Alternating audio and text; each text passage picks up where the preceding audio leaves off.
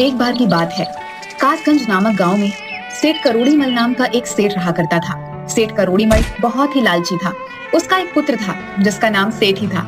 सेठी स्वभाव में बहुत चालाक और बेईमान किस्म का बच्चा था। दूसरी तरफ उसी गांव में राजू नाम का लड़का था जो कि सेठी की कक्षा में पढ़ता था, लेकिन वो सेठी के बिल्कुल विपरीत था। एक दिन स्कूल में, ओए राजू, तुमने हॉलीडे का सारा टास्क बना लिया क्या?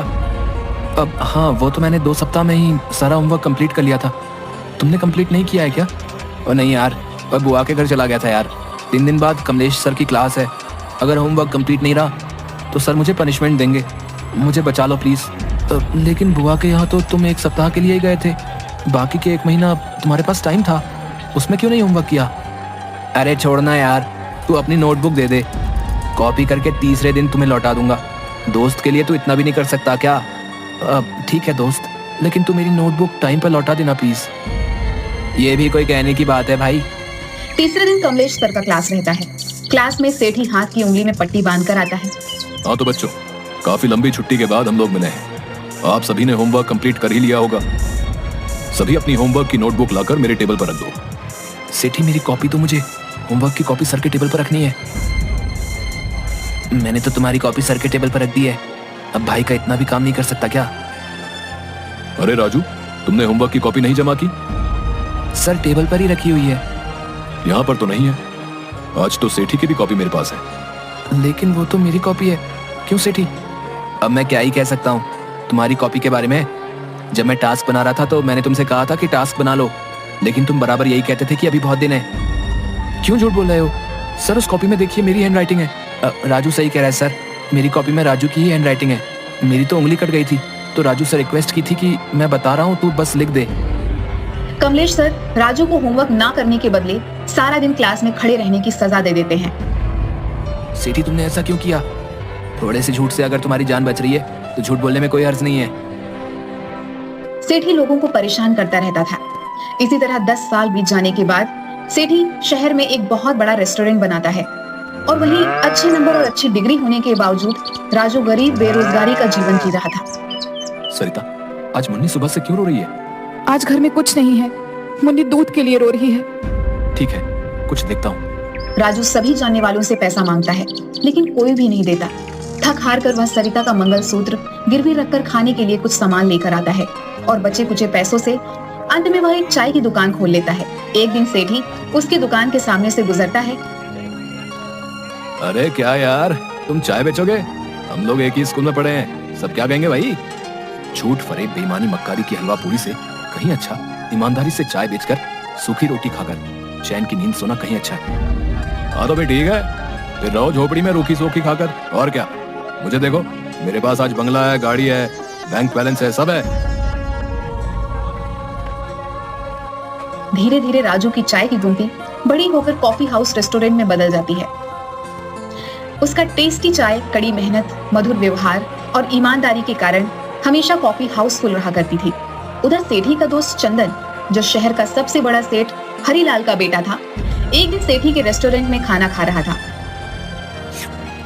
रेस्टोरेंट में तो बहुत अच्छा खाना बनाया तुमने। मेरे पास एक आइडिया है, पहाड़ी के ऊपर 5 स्टार रेस्टोरेंट खोलने का। 20 लाख रुपए के प्रोजेक्ट में 5 लाख का इंतजाम हो गया है। आइडिया तो बहुत अच्छा है। 15 लाख में लगाऊंगा। प्रॉफिट कितना मिलेगा मुझे? तो मेरा दोस्त है इसलिए 25% प्रॉफिट में मिलेगा। ठीक है, कल मैं तुम्हें कैश 15 लाख दे दूंगा, कागज तुम बनवा लो। क्या यार, जब दोस्त के साथ कागज पर डील करनी पड़े तो फिर दोस्ती कैसी? भाई अगर तुझे मुझ पर शक है तो प्लीज मुझे नहीं चाहिए तेरा पैसा। इस तरह इमोशनल बातों से बिना पेपर के डील चंदन सेठी से 15 लाख रुपए ऐंठ लेता है। 2 साल बाद चंदन को पता चलता है कि उस तरह का कोई प्रोजेक्ट था ही नहीं। सेठी, तूने फर्जी प्रोजेक्ट के नाम पर मुझसे 15 लाख जो लिए है ना, वो वापस कर। अरे कौन सा प्रोजेक्ट, कैसा पैसा और किसका पैसा? कोई कागज या बैंक रिसीट है तो दिखाओ भैया। देख सेठी, मैंने पहाड़ी में रेस्टोरेंट के लिए तुम्हें 15 लाख कैश दिए थे। तुमने ही कहा था कि दोस्तों के बीच कागज का क्या काम।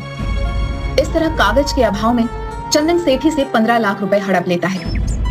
एक दिन इनकम टैक्स वाले छापा मारते हैं और टैक्स चोरी के आरोप में सेठी का दुकान सीज कर दिया जाता है। जल्द ही सेठी कंगाल हो जाता है। एक दिन राजू के कॉफी हाउस में, राजू भाई, आज मैं कंगाल हो गया हूँ, प्लीज मेरी मदद कर दो। मुझे फिर से बिजनेस करने के लिए पूंजी चाहिए। मैं जल्दी ही तुम्हारा पैसा लौटा दूंगा। ठीक है, मैं तुम्हें लोन दूंगा, लेकिन इस बार ईमानदारी और मेहनत से काम करना होगा। राजू से पैसा लेकर सेठी उसी के कॉफी हाउस के सामने अपना कॉफी हाउस भी खोल देता है। सेठी राजू के कैफे को कॉम्पिटिटर मानकर उसके कैफे को तरह तरह से बदनाम करने की कोशिश करने लगता है। रिया, ये ले फेविक्विक और जा राजू के कॉफी हाउस में 2-2 बूंद सभी कुर्सी पर गिरा करा जा। जैसे ही राजू का कॉफी हाउस ओपन होता है, लोगों की भीड़ लग जाती है। मौका देकर हरिया सभी की कुर्सी पर फेविक्विक डालकर आ जाता है। हाँ मालिक, जैसा आपने कहा था वैसा ही करके आया हूँ। शाबाश, अब आएगा मजा। बहुत ईमानदारी और मेहनत का पाठ पढ़ाता है। अब देखता हूँ तेरा कॉफी हाउस कैसे चलता है। उधर फेविक्विक लगी हुई कुर्सी पर बैठने से सभी कस्टमर का पैंट चिपक जाता है। उठते समय उनके पैंट फट जाते हैं। पूरे कॉफी हाउस में हंगामा खड़ा हो जाता है। राजू को कुछ भी समझ नहीं आता कि यह सब कैसे हुआ, लेकिन तुरंत ही वह अपने बुद्धि विवेक से काम लेता हुआ अनाउंस करता है कि प्लीज शांति बनाए रखें। पता नहीं ये किसकी हरकत है, लेकिन राजू कॉफी हाउस आप सभी कस्टमर्स को माफी के तौर पर एक नई जीन्स आधे घंटे के अंदर आपको प्रोवाइड करवा रही है। हमारी ओर से हुई असुविधा के लिए आपसे क्षमा चाहते हैं। अरे क्या हुआ राजू, तुम्हारी दुकान पर हो रहे हंगामे को सुनकर मैं दौड़ा हुआ आया। देखो ना दोस्त, किसी ने कॉफी हाउस की कुर्सी में फेविक्विक लगा दिया है। भाई, तुम्हारे कस्टमर तो बहुत सीधे हैं जो एक जीन्स पर मान गए। मैं होता तो तुम पर कंज्यूमर कोर्ट में केस कर देता। डियर कस्टमर, आपकी जीन्स आ गई है। आप लोग अपने अपने साइज के अनुसार जीन्स लेकर पहन लें। एक बार फिर सेठी की चाल फेल हो जाती है, लेकिन सेठी अपनी हरकतों से बाज नहीं आता। एक दिन सेठी अपने दोस्त जीवा की मदद से एक प्लान बनाता है। भाई जीवा, मैं चाहता हूँ कि मेरे सामने वाला कॉफी हाउस किसी तरह मेरा हो जाए, लेकिन हर बार मेरी तरकीब राजू फेल कर देता है। कोई बात नहीं गुरु, इस बार जीवा का प्लान है जो कभी फेल नहीं हो सकता। ऐसा क्या सोचा है तुमने कि वो प्लान फेल नहीं हो सकता? प्लान ऐसा है कि हम लोग किसी तरह उसके चाय के दूध में चूहे मारने की दवा मिला देंगे। फिर एक बार अगर कॉफी हाउस बदनाम हो गया तो फिर हमारी दुकान चल पड़ेगी। देख भाई, ये काम हरिया ही कर सकता है। पिछली बार इसी ने फेविक्विक चिपकाई थी। ना मालिक, ये काम हमसे नहीं होगा। चूहे मारने वाला जहर से अगर आदमी को कुछ हो गया तो पाप मेरे ऊपर ही आएगा। अरे हरिया, इसी इमोशन के कारण तुम लोग गरीब के गरीब ही रह जाते हो।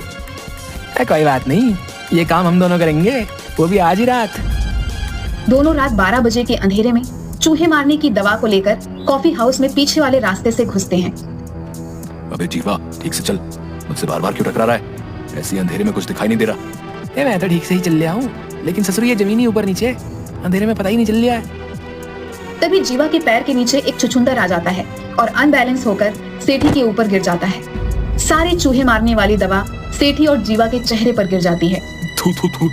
अबे जीवा, तुम्हें कितनी बार कहा कि ठीक से चल, आखिर तूने मुझे गिरा ही दिया। अब ये पाउडर क्या है रे? ये चूहे मारने वाली दवा मेरे चेहरे पर गिर गई। चलो भागो यहाँ से, भागो यहाँ से। थू थू थू थू। भाई, मुझे कुछ दिखाई नहीं दे रहा है, मेरी आंखों में शायद ये दवा चली गई है। साला छछुंदर सारा खेल बिगाड़ गया। मार डाला रे। अब मेरे हाथों पर क्यों चढ़ा है तू? ये मेरा हाथ है, छछुंदर नहीं, जो बार बार लातों से मारे जा रहा है। मुझे क्या पता यार, मुझे तो कुछ दिखाई नहीं दे रहा है कि ससुरा छछुंदर कहाँ है और तेरा हाथ कहाँ है। दोनों किसी तरह गिरते पड़ते वापस दुकान में आ जाते हैं, जहाँ पर आती ही सेठी उल्टी करने लगता है। इधर जीवा की आंख लाल हो जाती है। 2-3 दिन के बाद, जीवा, आज हमें सावधानी पूर्वक रात में काम करना होगा। हाँ यार दोस्त, आज रात ही हम दोनों सारा काम कर लेंगे।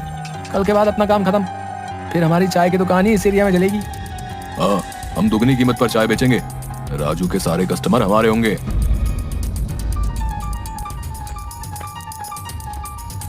दोनों रात को फिर से राजू की दुकान पर जाते हैं और दूध में चूहे मारने वाली दवा मिलाकर वापस आ जाते हैं। कालू, जल्दी से सारा टेबल कुर्सी साफ कर दे। देखना कि कहीं कोई चिपकने वाला पदार्थ फेविक्विक या च्युइंगम कुर्सी या टेबल पर ना लगाओ। आज संडे, वैसे भी कॉफी हाउस में भीड़ ज्यादा होगी। जी मालिक, उस दिन की फेविक्विक की घटना के बाद से मैं एक एक कुर्सी और टेबल को अच्छी तरह साफ करता हूँ। उसकी चिंता मत कर तू, केवल मन लगाकर साफ सफाई कर ले। उस दिन के बाद मैंने कॉफी हाउस में सीसीटीवी लगवा दिया है। दूसरे दिन सुबह, संडे होने के कारण राजू के कॉफी हाउस में आज तुरंत ही हाउसफुल हो जाता है। सभी को कॉफी चाय दी जाती है, लेकिन कुछ ही देर में कस्टमर उल्टी करने लग जाते हैं। पूरे कॉफी हाउस में हाहाकार मच जाता है। मालिक, सभी कस्टमर उल्टी कर रहे हैं। कुछ तो गड़बड़ है चाय में, सीसीटीवी फुटेज देखनी होगी। इसी बीच सेठी पुलिस को फोन कर देता है। राजू को पकड़कर पुलिस ले जाने लगती है। 1 मिनट इंस्पेक्टर, जरा सीसीटीवी में देख लो कि किसने ये काम किया है। तभी सीसीटीवी फुटेज से पता चलता है कि सेठी और जीवा दोनों ने रात में आकर यहाँ पर कुछ मिलाया था। पुलिस जब उन दोनों को पकड़कर डंडे से मारती है, जीवा पुलिस को सारी बात बता देता है कि उसने सेठी के कहने पर दूध में चूहे मारने वाली दवा मिलाई थी। दोनों को पुलिस हिरासत में लेकर चली जाती है।